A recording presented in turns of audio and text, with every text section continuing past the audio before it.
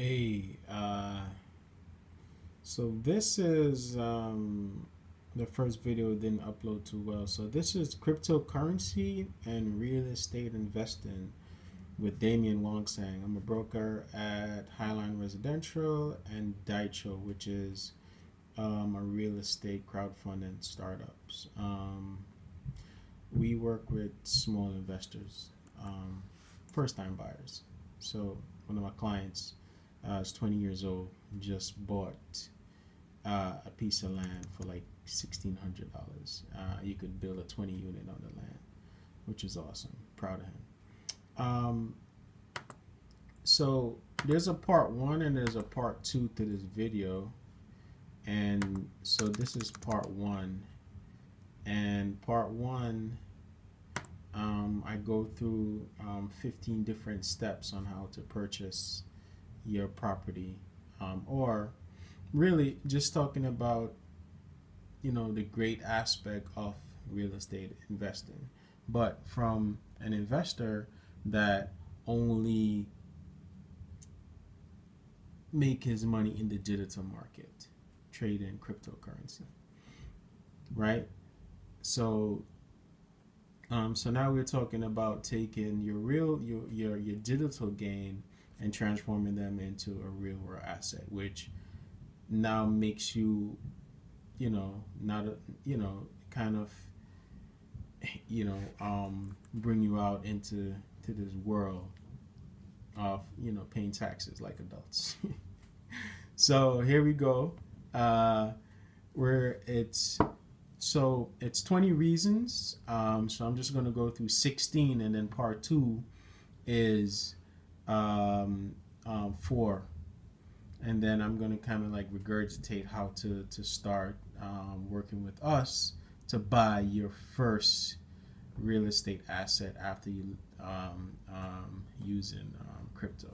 You're not necessarily using crypto. You would like to liquidate that shit. I mean, if I'm selling you my property, then sure, you could buy it in crypto. I'll take one Bitcoin for this property I have in Cleveland, and then put you in touch with a contractor that could fix it up and get it rented out, because I don't live in Cleveland, I live in New York City. So this is 20 reasons why real estate is great for you after you made your money in cryptocurrency. Number 20, it's not just investors in the market, and meaning there's home buyers, there's international investors, there is real estate developers, there's management companies, there's all these facets of real estate that are different on the commercial side, on the retail side, on the industrial side. But New York City itself is 70% renters or 75% rentals and a 30% ownership market. The 30% owns co-op and maybe small townhomes, and then the other 75% are all renters. So if you have the capital to purchase here, or in the guts, you're a don, because most people don't have the guts.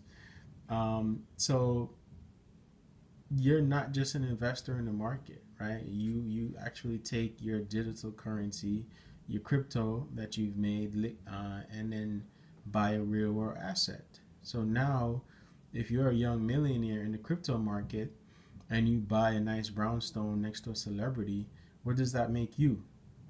It doesn't necessarily make you a celebrity, but now it's just like, so now you've bought your way into upper the middle class, which takes maybe 5 to 10 years, 10 to 15 years for someone that didn't come from money, and you've probably done that in 4 or 5 years. So definitely elevating your status. It's an asset you could use, right? So it's an asset that you could refi out, take some equity and move on to something else, or you could sell for a profit. Now, with real estate, there's a real world responsibility, right? I mean, you have tenants, Like you have tenants court, you have problems, with who you're renting with. You just have issues, right? It's not a clear. I mean, it's not the most perfect investment. There is challenges, but the challenges that you go through build character. And the character what I'm talking about is that just to be able to know your tenants if you're a small landlord, but also understand them, understand what they're going through. Like I know this big landlord, he owns it's a 36 unit, and he's a real compassionate guy even when he has to take his tenants to court, right? And he's just an overall good guy. He's been renting to these people for years, and sometimes he gets lazy and doesn't fix anything, and he realizes he gets lazy and doesn't fix anything, and his tenants stop paying rent, and he has to take them to court, and he manages it himself. And I know because I used to rent from him, right? So if you're a genuine person, and you feel like you want a challenge, this could be a challenge, but it could also be a great asset, right? Like a great asset to put in your portfolio. Number 18, it's easier to hold on to if things go wrong, right? In the crash of '08, a lot of people lost their homes, right? And they weren't able to hold on to it. You know who came in and scooped us out? Investors. So investors, they're like sharks, they're like Shark Tank. They'll just come in, and then they see this great asset, and then they'll say, okay, just $800,000, and they know they could sell it back for 1.7 or 1.8 or 1.9 or even 2 million to a hungry investor, or gut renovate the place and just get market rent, $2,500 a month for a studio, right? So that's the upside. It's easier to hold on to if things go wrong if you're positioned right. You can use your super, right? So now we all think that, like, the truth is no one really wants to deal with the headache of fixing anything themselves, right? So you just get a damn super. You give them a stipend, and you give them a place to live in the house. And because what happened is you have a performing business, right? Most real estate assets are performing business. You have an income, you have taxes, and then you have employees, right? So the employees might be a super where you give a free place to live, and he manages the day to day depending on how much units you have. And then, utility bills are your taxes, your water, your gas, and then you have garbage. So you want someone to take care of all of that. Use that guy to take care of all everything, and then because it's a business, right? You're not going to make 100% profit. You're going to have a gross and your net. So if you have an asset that's taking in 60 grand a year, the expenses is 20 grand a year, then you're taking in obviously 40 grand a year, right? But you're taking in 40 cash, right? And then that's a high cap rate, to take home 40 grand cash. Even after you pay, say you don't have a mortgage on it, that's even higher. If you do have a mortgage, that's even better. But then it's the only asset that the elites invest in religiously, because if their income goes up, they don't have any depreciation. They need to have high appreciating asset or depreciation asset that could help their taxable income, and that's the key. So all the elites, they own real estate asset. Number 16 is tax benefit. Crypto is treated as real estate. Crypto is treated as real estate. So your capital gains is like real estate. So if you buy, I'm probably going to do a whiteboard on this. If you buy a house for $200,000 and you sell it for $300,000, and you had a $190,000 mortgage on it, you pay that mortgage off. You pay capital gains tax on your profit. So you have to pay taxes on that profit. So in a sense, crypto might be lower. I'm not 100% sure, but the capital gains on crypto might be lower. You have to file your taxes and pay something. If you don't pay anything, then you already know Big Daddy government wants their share. So so we talk about tax benefit, but now we're going to tax benefit if it's depreciated, right? So if an asset is depreciated, you could. It's what our president did. He had some asset that he was losing on, and he used the tax code to depreciate billions of millions of dollars gradually over time. So like if you're losing in the stock market, a lot of elites write down their losses. Um, a lot of elites they write down their losses in the stock market on their real estate asset, which is crazy because once you combine Schedule C, which is your business, and your real estate, which is the next business, the tax code actually merges them and actually calculate a new tax bracket. So you lose some money in crypto, and then if there's a section on your tax papers for crypto, and then you lose some depreciation in your stock, you might have a lower taxable income. Say you made 150 grand this year. Usually you'll pay 35% or maybe 25%, depending on what country you're in. I'm in New York City, so I'm kind of like related more to New York City.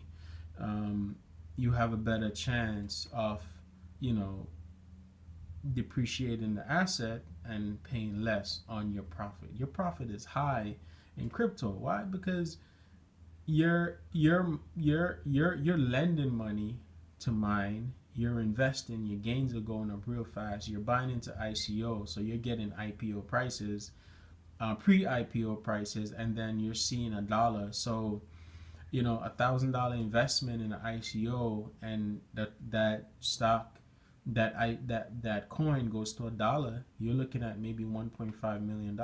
So if you sell that, you have $1.5 million. Now the IRS will come after you and probably take $700,000 in capital gains tax.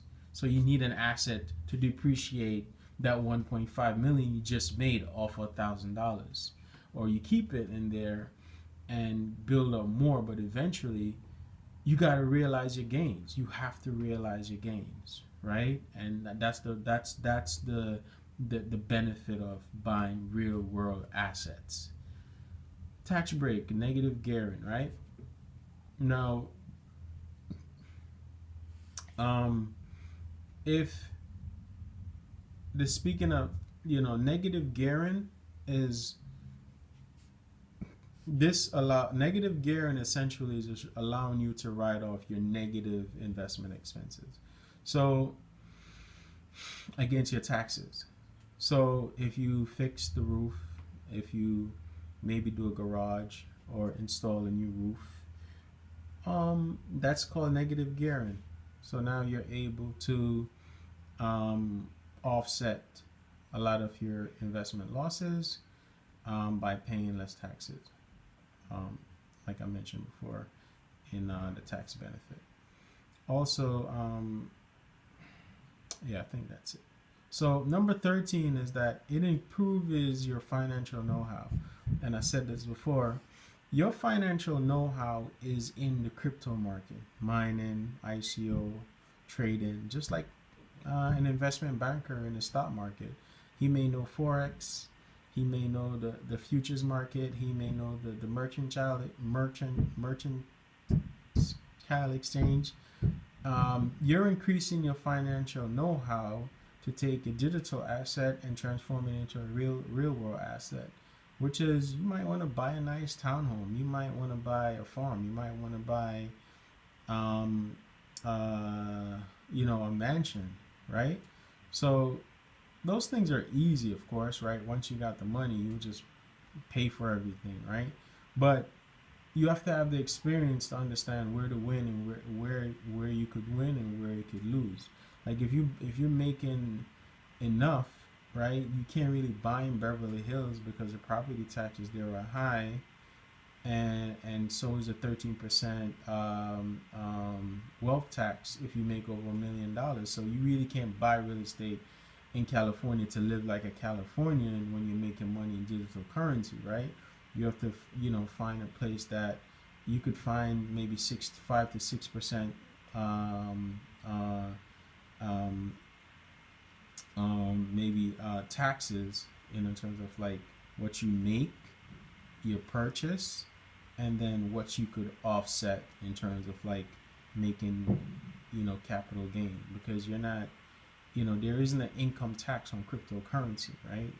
It's not income tax, right? So it's not like you're paying 30 grand up front after a 100K gain, and you have 70 grand for yourself. No, all that asset is taxable as capital gains. All that asset is taxable as capital gains. Anyone out there could correct me if I'm wrong, but that's how it's seen as an asset. Price is flexible, right? So you could invest in crowdfunding platforms. You could invest in real world asset. I mean, not real world asset, but you can invest in real estate in different ways. You could buy mortgages. I'm sure someone is thinking about maybe an ICO that focuses on mortgages, right? That's fine. But what we have to keep in mind is that it's just flexible. Price is flexible when it comes to real estate. You could buy something for 10 grand, and then you could buy something for $100 million, or you could buy something for $300,000. Whichever way direction you choose to go, it's all about flexibility. So I believe that was number 12. Number 11, there's an investment for every budget. Similar to flexibility, right? If your net worth is just $5, maybe there's a house for $1 in Detroit that's waiting for you, right? Or Syracuse, New York. If your net worth is $100,000, there's a nice townhome somewhere in Chicago, or maybe in the Bronx. Maybe some part of the state somewhere, maybe in Yonkers, that you could, buy out, with $100,000 as a down payment. You could get into something nice, maybe a 1 or 2 family, which is great. The benefit of living in a real world asset. Nothing great, awesome feeling. So it's an investment for every budget. Number 10 would be you can develop. Now, this young man, he works with me, and I told him about this auction that I know about, and he came with $1,000 and he got a piece of land. The piece of land was a 32 by 132. 32 in front, X 132 depth. That lot he purchased is between two old, maybe 1930 colonial style houses. If he get the permit and get his land rezoned, he could build 20 units. So he could go 6 stories up and probably build 10 units in the front, 10 units in the back. My advice to him was build a condo. Build a freaking condo. Hold on to the entire building, chart and sell off the units, make your money there, and then just collect a small maintenance fee every month. Just maintain the property. So, everyone that buys and sell the place, you could, if the property appreciate, you could raise the maintenance fee. So that was pretty good, right? So that's from a developer's perspective. You could build your own house. You pay cash for the land, and then later on you go to an architect, and you tell the architect what you're trying to build. So essentially you could build your dream home, which is what I plan on doing with my wealth in cryptocurrency. Definitely building a nice townhome. Definitely gonna build, not buying. Number 9 is that you could subdivide. This is great for like vertical cities. I mean, if you're in Japan, you could buy something and rent it out. Those cities are big. In New York is the same type of leverage, like in hipster areas like Williamsburg or Bushwick. These places, kids are young, they just graduate from college, they really don't have any income like that. You know, their parents is guaranteeing their rent. Some are just hustlers, and they, you know, live in small apartments. A lot of college students that we rent to, they'll just get like a 1 bedroom and just divide it and just crash. 3 people will live in there, and so, you know, you rent them obviously at your market rate, and then they divide the place and split the rent, and you benefit tremendously. So that's one thing you could always do. Number 8 is, you know, you could renovate, right? Part of like owning these assets that you have to maintain them, right? So um, you could write off the maintaining these assets, right? So if you don't have a big mortgage, and you know you would like to maybe do a modern kitchen, modern bathroom, go for it. There's nothing like walking in a place that you've bought and you made look like somewhere you would live yourself. When we bought this place in Buffalo, New York, it was crappy. It was a real crappy place, and we took our time. You know, we cleaned it out ourselves. We redid the roof. We redid the siding, and we have a tenant that live on the first floor, a tenant that live on the second floor, and then me and my friend, what we did is we built a loft in the attic. So the attic, it's where we kind of like, you know, when we are in town, that's where we relax. And so it's nice and warm up there. It's just a big open space, so it's really a nice bachelor pad. So you could renovate to your likings. Number 7 would be like 100% control. You want to control anything you own, right? The money you make online, you would like to control that. Now, real estate is it's the same thing. You have 100% control. It's your asset. You own it. You own the mortgage. You own the tax. You can't escape that. So you have 100% control over who you rent to. You know, you have 100 control about 100% control over the rent, the prices you charge for rent. So you're very flexible, but you're also always in the driver's seat when it comes to owning this asset. Number 6, different stroke for different folks, right? Some people will never get out of just playing the crypto market. When someone says, hey, you're a billionaire or multi-million in crypto and you're traveling the world, that's fucking amazing. Everybody's traveling the world these days, right? So that's nothing new. But in terms of long-term growth and appreciation, that's awesome, right? Nest egg, right? And nest egg doesn't go down or go up or lose value 10, 20, 30%. You know, it's rare that happened in real estate, but there's been tremendous growth period where people are literally finding themselves in the upper middle class from selling their old asset that they bought at a reasonable price. Positive cash flow, right? Over time, you pay down the mortgage, and then all of a sudden your cash flow is more, you're getting more in terms of cash flow. Who doesn't love that?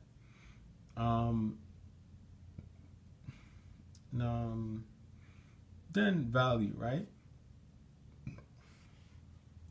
You're with crypto, right? It's not, it and go back to saying that it's fiat, but with crypto is, if you keep all your asset in crypto your entire life, there's crypto millionaires, and then there's crypto multimillionaires, and there's crypto billionaires, right? If you keep all that asset there, it appreciate. It's like owning stocks in Berkshire Hathaway. Like, it has no fucking meaning. Owning a stock that's worth 250,000, it's just fucking ridiculous. You'll just take the gains and just pay your mortgage. Because if Berkshire Hathaway goes up like 1%, it's like $1,000 or $2,000 or $3,000.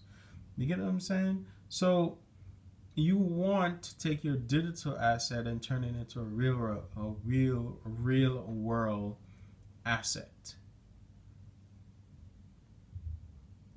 So you're adding value. You're adding value to yourself and your net worth. And that's the key. Different strokes for different folks. You can use leverage, number 5. And I think we talked about this before, but like going deeper into leverage is you could borrow more when you're using a property as a security. I repeat that. You could borrow more when you're using the property as a security. So, me, myself, I was looking at a property, I believe it was a 36 unit. And what the guy says, no, it was a 44 unit. They wanted 1.1 million. They were willing to accept 900,000 after a $300 down payment. And the assets that we have doesn't equivalent to 1.1. It's probably, I would say, if I add, actually, we would have to combine different assets from different LLCs, right? To equivalent 1.1, 1.2 million that you need to essentially have a net worth already to buy a next property that's 1.2. Let me regurgitate that. If you're trying to buy something for 1.1 million and you don't have the net worth of 1.1 million, it becomes way more difficult to buy that asset. So in real estate is you have to start out small. You can't start out big. You have to start out small and build up your asset, because the next piece of asset that you get into, the bank wants to know that you have equal or more of that asset that you're acquiring, either in cash, stocks, bonds, and crypto. They're not counting yet because the elites really they I wouldn't say they're clueless, but they're still figuring out. I mean, they're figured out, but you know, they're still, they still have something under their pillow. You know, they're sleeping on it. You know, they're definitely sleeping on it. Right. So the leverage, you can use leverage. Now the next thing is it's easy to finance, and so real estate is really easy to finance. You come with the down payment, good credit, bad credit, nobody gives a shit. Although you have that down payment and you know the asset is performing and the asset itself could pay the mortgage, really easy to finance. It's all about that down payment. It's easier to research than stocks and shares. Yes, real estate is very easy to research. You type in a zip code, you type in a city, and then you could figure out what's a great buy, what's not a great buy. You could look at neighborhood data, you could look at schools, you know, you could look at airport, you could look at parks. I love parks. All those are important. But it's just easier to research. It's not as hard. It's not easy to manage like stocks and crypto, but it's just easier to research. The more information you receive when you're researching your asset, the better buying decision you could make, or just listen to a local expert. Number 2, it's easier to get started. Not as easy as crypto, but it's fairly easy. I think I started when I was like maybe like 21 or 22. I got something crappy from HUD and didn't really, you know, I didn't know how to add value to it back then. So I just sold it for what I bought it for. But it's easy to get into. It just brings you into that ownership class. You know, the ownership class are able to make decision that's relative to the community that you live in.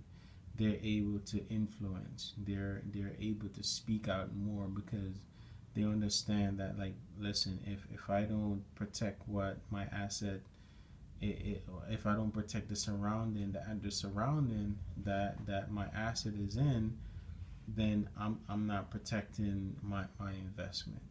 And so you want to be in that ownership class. Um,